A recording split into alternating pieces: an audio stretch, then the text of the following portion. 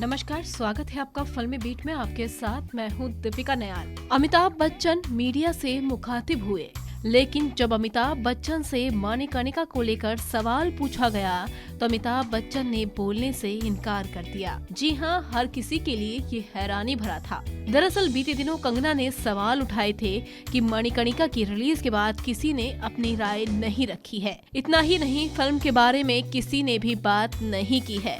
कंगना का ये भी आरोप था कि बॉलीवुड में उनके खिलाफ गैंग बनाया जा रहा है और अगर उन्हें परेशान किया गया तो वो बड़े बड़े सितारों की पोल खोल कर रख देगी।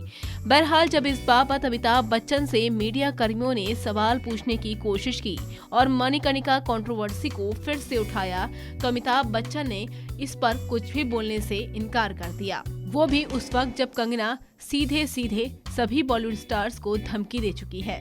वैसे ये पहली बार नहीं है जब बिग बी ने किसी भी कंट्रोवर्सी पर रिएक्ट करने से मना किया हो।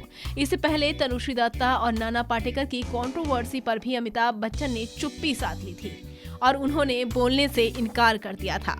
ठीक वैसा ही अमिताभ बच्चन ने मणिकर्णिका की कंट्रोवर्सी पर भी किया। बॉलीवुड पर लगाए गए कंगना के आरोपों पर अमिताभ बच्चन ने कुछ नहीं कहा। जाहिर सी बात है, अमिताभ बच्चन की चुप्पी ने कई बड़े सवाल खड़े कर दिए। सवाल ये है कि आखिर वो क्यों नहीं बोले?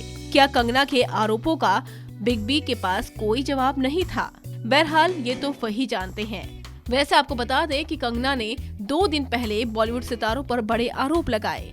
कंगना का आरोप है कि बॉलीवुड में उनके खिलाफ गैंग बनाया जा रहा है जो लगातार उनकी फिल्मों को टारगेट कर रहा है, जिसके चलते कंगना ने ये बात भी कही थी कि वो बॉलीवुड के बड़े बड़े चेहरों को बेनकाब कर देगी। यकीन न हो तो आप सबसे पहले कंगना का वो बयान सुनिए जिसमें उन्होंने बॉलीवुड के गैंग पर बड़ी बात कही थी।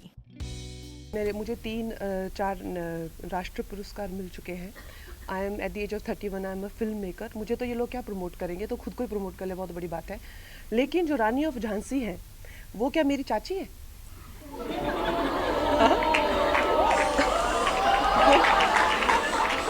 वो आपकी भी उतनी ही है जितनी मेरी है।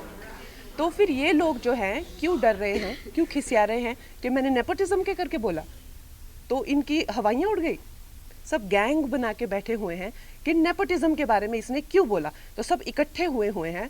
जैसे कोई क्लासरूम होता है, बच्चे समझेंगे 60 लोगों का क्लासरूम हो जिसमें एक बच्चे के खिलाफ बाकी के 59 अड़ जाएं, बिल्कुल उसको किसी ना किसी तरह से सताने में या बुली करने में लग जाए। कैसा महसूस करेंगे आप? शर्म नहीं आती इनको? कोई तो मेरे दादा की उम्र के हैं, ठीक है, मेरे पीछे इतनी बुरी तरह से पड़े हुए हैं।